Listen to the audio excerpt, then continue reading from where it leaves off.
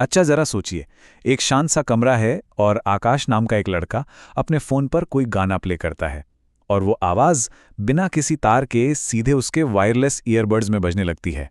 अब ये इतनी आम बात हो गई है कि हम लोग इस पर सोचते तक नहीं, पर आकाश ने सोचा।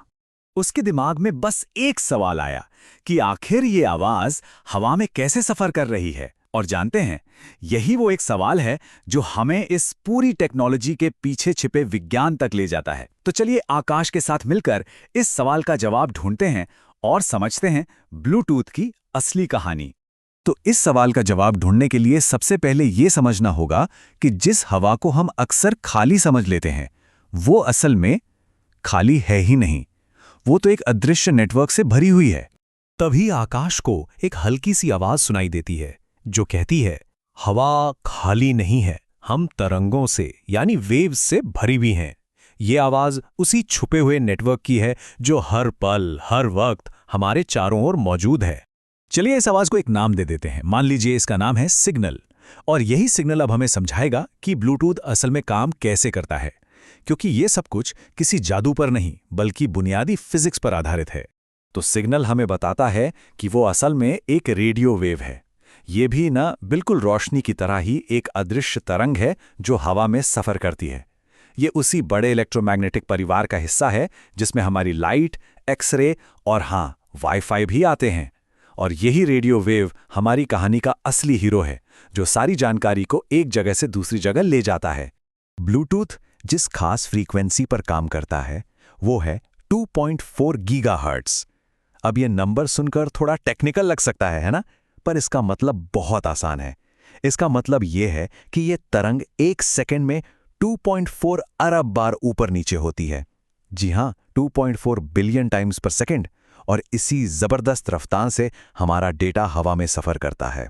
ये सब सुनकर आकाश के मन में एक और सवाल आता है जो बिल्कुल सही भी है कि आखिर फोन में मौजूद एक डिजिटल म्यूजिक फाइल एक तरंग यानी वेव में बदल कैसे जाती है। इस प्रोसेस को समझना बहुत जरूरी है। तो देखिए, ये प्रोसेस 3 आसान स्टेप्स में होता है। सबसे पहले जो म्यूजिक फाइल है वो डिजिटल डेटा होती है, यानी 0 और 1 की भाषा में। फिर हमारा डिवाइस इस डेटा को एक इलेक्ट्रिकल सिग्नल में बदलता है और आखिर में डिवाइस का एंटेना उस सिग्नल को एक रेडियो वेव बनाकर हवा में छोड़ देता है। इसी पूरी प्रक्रिया को मॉड्यूलेशन कहते हैं। अच्छा, अब एक और बड़ा सवाल। हमारे आसपास तो वाईफाई भी है, दूसरे लोगों के ब्लूटूथ डिवाइसेस भी हैं, मतलब सिग्नल्स का पूरा जाल बिछा है। तो ऐसे में ब्लूटूथ का सिग्नल बिना किसी रुकावट के काम कैसे करता है? भाई, इसके लिए ब्लूटूथ एक खुफिया हथियार का इस्तेमाल करता है।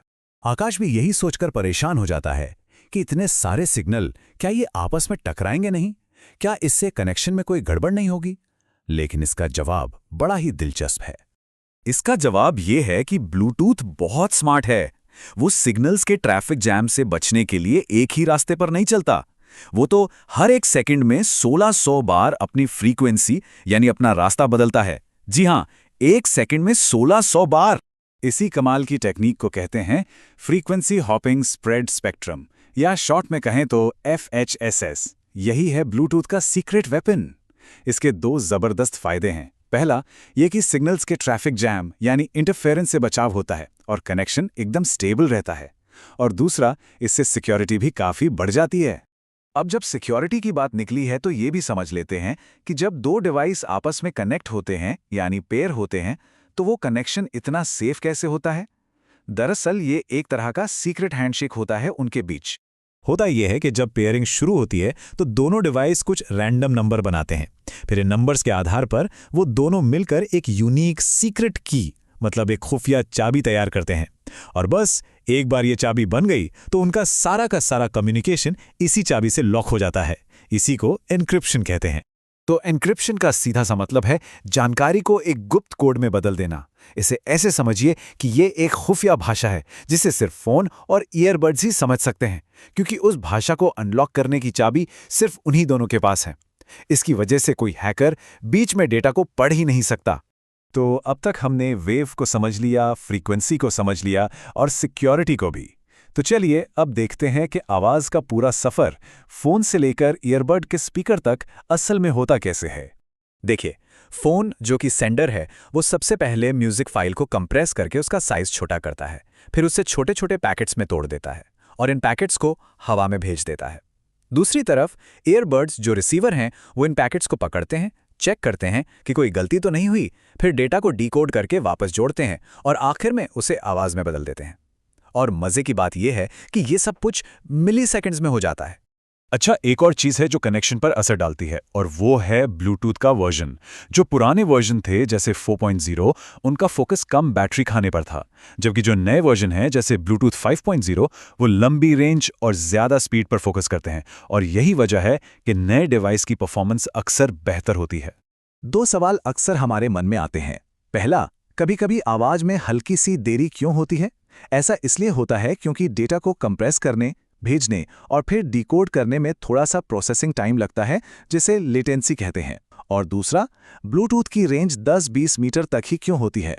वो इसलिए क्योंकि दूरी बढ़ने पर और दीवारों जैसी रुकावटों के आने से सिग्नल की एनर्जी कमज़ोर पड़ जाती है। अब जाकर आकाश के लिए सारी कड़ियां जुड़ रही हैं। उसे समझ आ रहा है कि जो कुछ भी हो रहा है वो कोई जादू टोना नहीं है, बल्कि उसके पीछे एक ठोस और बहुत ही खूबसूरत विज्ञान है। तो सबसे बड़ा सच क्या सामने आया?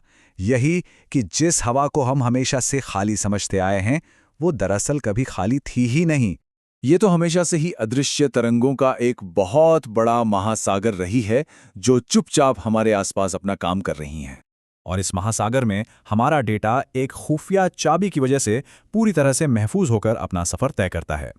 तो अगली बार जब कोई वायरलेस ईयरबड्स पर अपना पसंदीदा गाना सुने, तो याद रखिएगा कि ये कोई जादू नहीं है, ये एक अदृश्य विज्ञान है जो हमारी